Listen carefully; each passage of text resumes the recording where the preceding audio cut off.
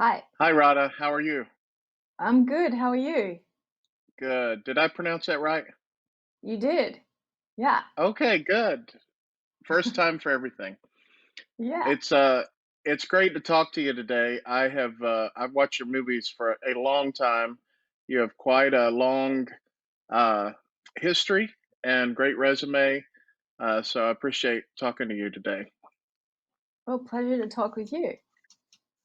Um with such a extensive background and you've been on a lot of sets before. You've read a lot of scripts. What was it that really appealed to you about this story and being involved with it? There was just a real sweetness and lightness to this story. And although it encompasses some sort of dark terrain, there's remains the kind of innocence. And I like that about it. It's almost like an old school movie, there's a real sense of morality and community, or it feels like a good story. So I was drawn to that, and personally, from an acting perspective, I was really excited to play a character that I got to go on her life journey from her mid 20s, 30s to her late 60s. So that was just exciting personally. But ultimately, the story, I think, makes lemonade out of lemons. That's one way of talking about it. It turns the perspective on something into something quite profound, and I was attracted to being part of a story like that. One of your other recent movies was The Shack, which we covered here in my on my realm of coverage, Uh and huh. that was an inspirational movie. This is an inspirational movie. Is that coincidence, or these roles that you're drawn to? You know what? I am drawn to them.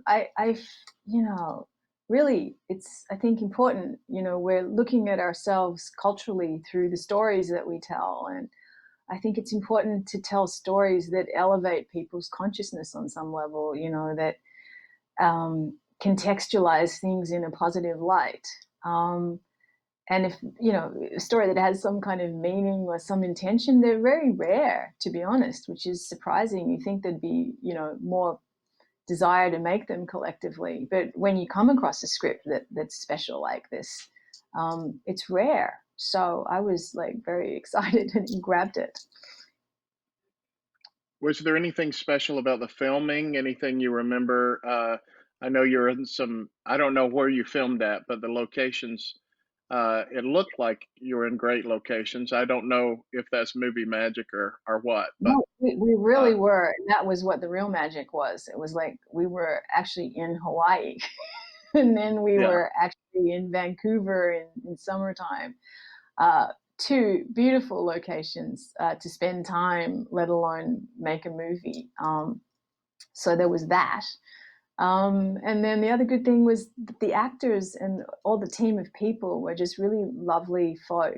Sometimes you encounter some crazy egos on movie sets and like strange characters, but in this case, really lovely people. And the people whose life we were describing were with us. So it felt very, very intimate, very like a family kind of feeling. And that it was very personal as well. Yeah, I was going to ask you if it was something different filming a movie that was actually true. Did that was that any significance for you? Well, it's one thing to conceptually know the story is true, and it's another thing to be talking to the person whose life you're describing. It really brings it home, what the emotional gravity would be for some of the experiences that they go through, especially the family who lost their son. They were with us.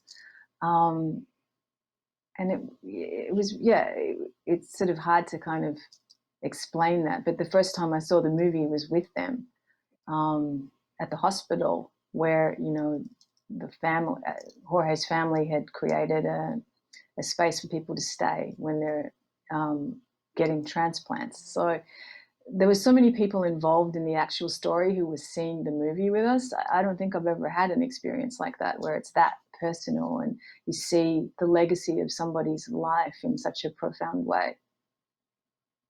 Well, thank you so much. I think I'm out of time, but it's an honor to talk to you. Keep And up the you, great work. thank you.